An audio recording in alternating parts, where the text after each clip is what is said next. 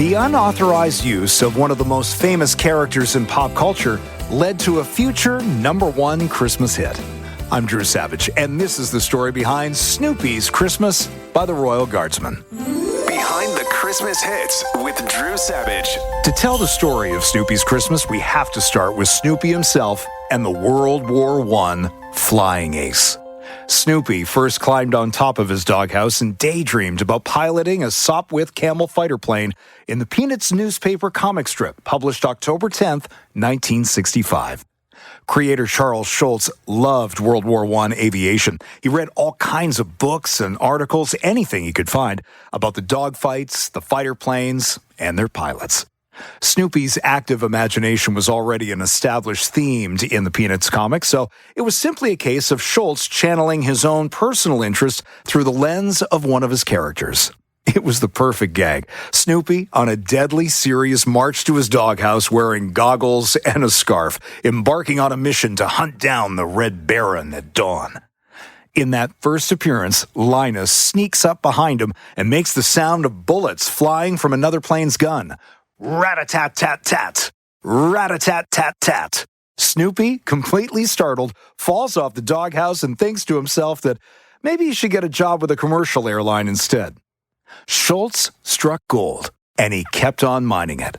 There were over 300 different comic strip appearances of Snoopy the Flying Ace between his debut in '65 and the end of the series 35 years later in 2000. Add in the numerous TV appearances in the Peanut specials, plush toys, Christmas ornaments, and other merchandise, the Flying Ace is arguably the most famous image associated with any of the Peanuts characters. Which is why, even in the 60s, Schulz was protective of it. Enter the Royal Guardsmen, a teenage band based in Ocala, Florida. They were originally known as the Postmen, but had just changed their name to the Royal Guardsmen to capitalize on the popularity of the British invasion, led, of course, by the Beatles. The Royal Guardsmen were struggling to get attention. Their first release, Baby Let's Wait, failed to make the national charts. Phil Gernhardt, a local producer and promoter, had been advising the band and helping them in their development. Phil was also a successful songwriter of a #1 hit for Maurice Williams and the Zodiacs in 1960 called Stay, a song that became a hit again in the 80s after being used in the movie Dirty Dancing. Phil saw the comic strip featuring Snoopy and the Red Baron and remembered a novelty song his former creative partner, Dick Holler, wrote about the historical figure. And yes, he was a real person. Manfred von Richthofen was credited for 80 air combat victories for the German Air Force in World War I. His story has fascinated historians, including Schulz, for decades. The Baron never married and didn't have any known children at the time of his death when he was shot down over France in 1918. Dick Holler's song about the Baron was not a hit, but Gernhardt suggested that he rewrite some of the lyrics to feature Snoopy now that the Flying Ace character was so popular. Holler and Gernhardt worked on the song together, and then Gernhardt took it to the Royal Guardsmen to record.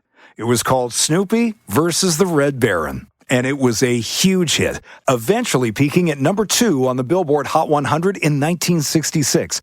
But it was a bumpy road to get there because of one simple problem. No one asked Charles Schulz if they could use Snoopy in a song that sold millions.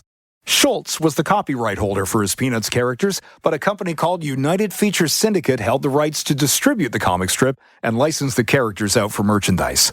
And it was UFS who would file a lawsuit against Gernhardt and the Guardsmen for copyright infringement.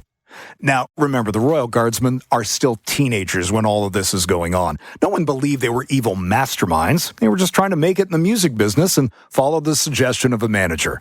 And management came back with another suggestion. The song was a hit, but radio stations started to back off from playing it because of the lawsuit. The lyrics were rewritten to feature a new character named Squeaky, who battled the Black Knight. Squeaky and the Black Knight was quickly recorded and got some airplay in Canada. Squeaky didn't have a long run, though, as a settlement was reached in the lawsuit. United Features Syndicate would receive the publishing rights to the song and all the royalties from its sales. Gernhardt would later say that he and the Royal Guardsmen didn't make any money from the song at all as a result, but they did get the exposure as the original recording returned to radio stations. Parlaying that exposure into other hits for the Guardsmen was hard. In the months following Snoopy versus the Red Baron, the Royal Guardsmen released 3 other songs. The Return of the Red Baron, peaking at number 15. Airplane Song, which reached number 49.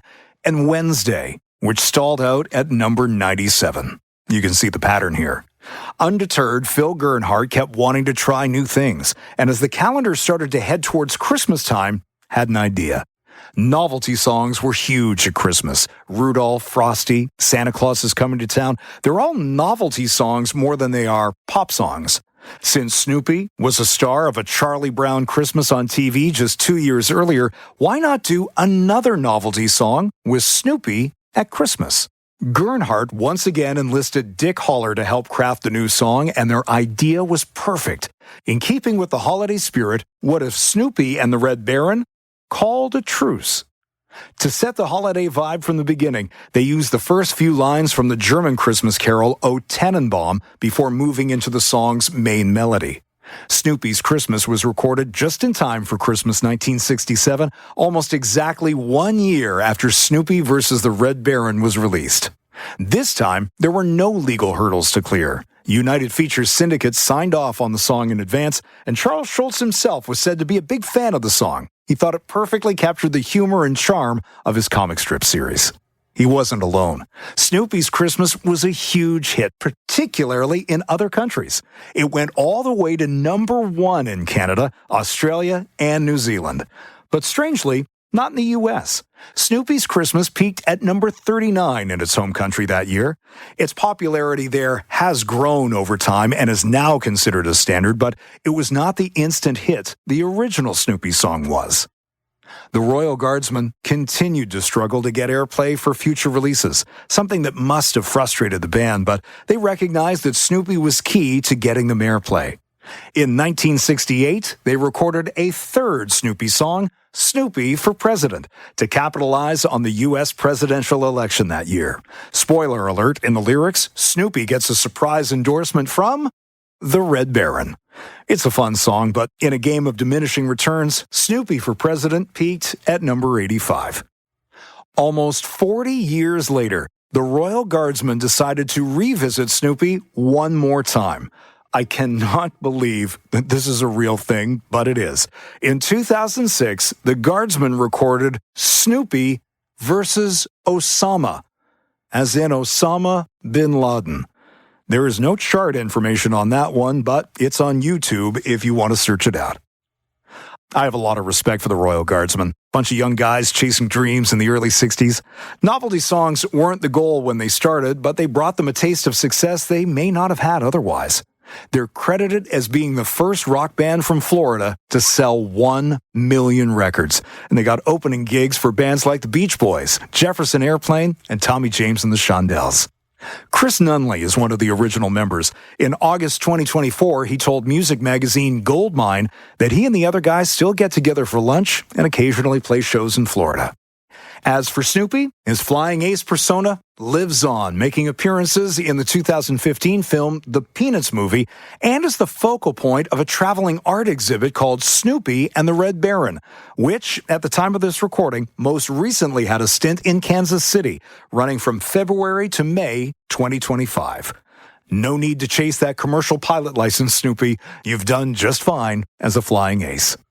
I'm Drew Savage. Thank you so much for listening. You can find me on Instagram at Drew Savage On Air. I'd love to interact with you there. And if Snoopy's Christmas is one of your favorite Christmas songs and you enjoyed this story, please leave a rating and a review. And make sure you've subscribed to the podcast too. We have a whole library of dozens of other episodes with more on the way, sharing the stories behind the Christmas hits.